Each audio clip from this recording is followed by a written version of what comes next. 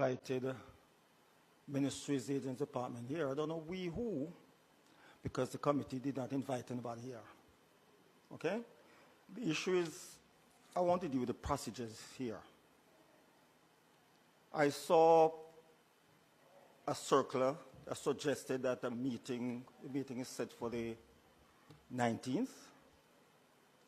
That's not the way it's done. The first meeting, the chairman decides. After that, the committee decides on the meeting. We did not. 2, then I saw a series of questions to be sent to agencies, ministry in the department. I asked where were these generated from, and I was told that the consultant prepared them, and the chairman had no objection. Firstly, consultant doesn't direct a committee. The committee directs the consultant, if there's such a consultant. And the consultant acts on the directive, on the instruction of the committee, but not to go out off on a loose end and then send things to committee. That's not the way it's done. That's not the way it's done. It takes instruction from the committee. The committee does not take instruction from the consultant. I think Let me finish. It does not. I asked a question, my brother, Mr. Chairman, and they said the consultant prepared them, and the chairman has no objection. So you're brought in after it was done. But even if that was so, the standing order 77 make it clear, you know. A select committee shall not have power to delegate any of its function to its chairman. So the chairman cannot act on his own. The chairman has to act within the remit of the committee itself. So that totally was off limit. So going forward, I would like for us to follow the proper procedures. I have no problem. And if these questions are to be sent to agencies, ministry, agencies, and department, then they ought to come here at the committee. We discuss them among ourselves before they're sent out. Nobody, this committee gave no instruction for questions to be sent to any agent department. We did not. So I'm saying, let me finish. But you can't take up the whole afternoon. I'm not taking the whole time. I'm talking. What I'm saying, if there are such questions, they come here, we discuss before we go anywhere. And we then ask for it to go anywhere. So it cannot be done like that. The other thing is, if you look at the standing orders, let me just go to standing orders.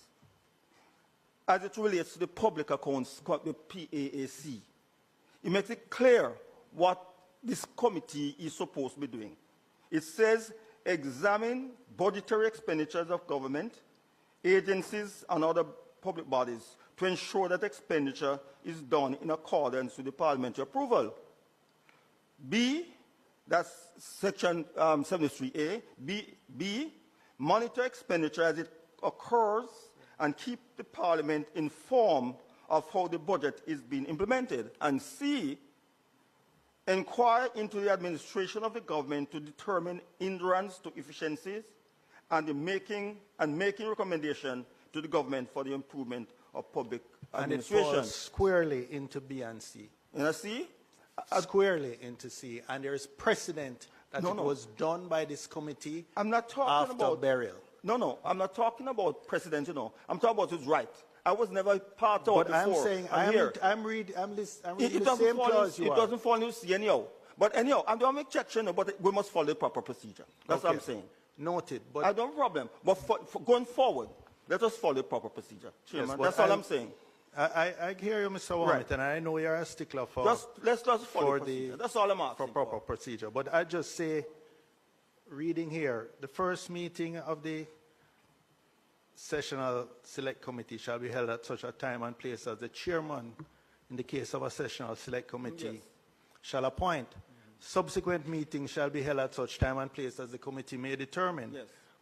Provided that, if the committee fails to do so, the chairman shall, in consultation with the clerk of the committee, appoint such time and place. And at the first meeting, there was no time and place appointed for the next sitting.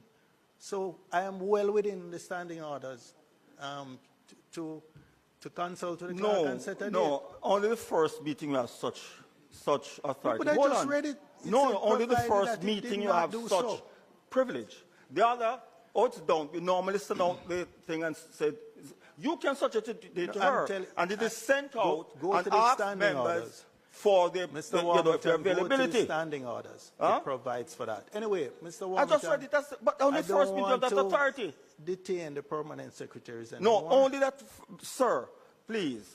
I don't want us to start out in a contentious fashion because there's no need for it. But There's no need for that. And I'm not being contentious. I'm just showing you. You see, there's a need for that. We come here, we come in harmony, and we work together. But I'm saying, the date of the committee, if it was not so done at the first meeting, and there was you none can't done do, at the my first brother, you meeting. send out the circle and ask members their availability.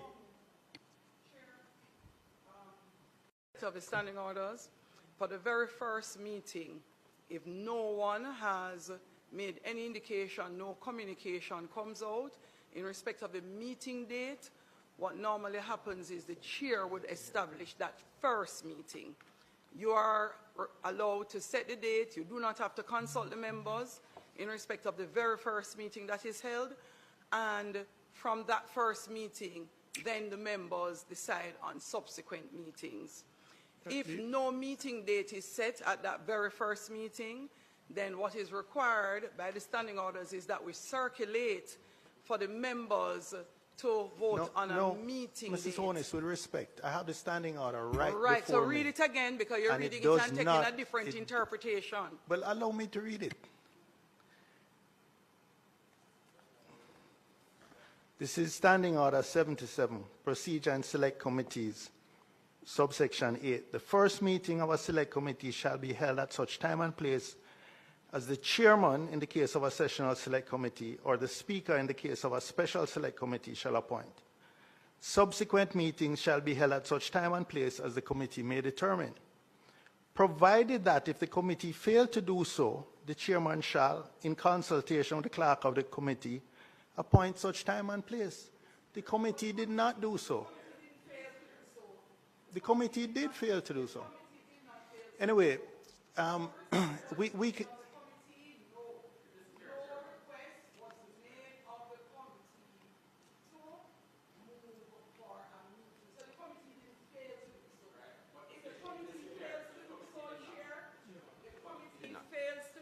Chair, if the